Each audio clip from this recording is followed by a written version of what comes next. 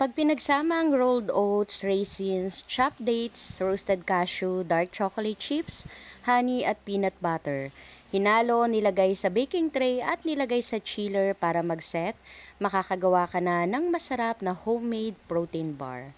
Sakto to sa mga nagda-diet na katulad ko, charing. Bali sa recipe natin ngayon ay kakailanganin natin dito ng rolled oats. Ito po pala ay nabili ko sa supermarket at gagamit tayo dito ng 2 cups ng rolled oats.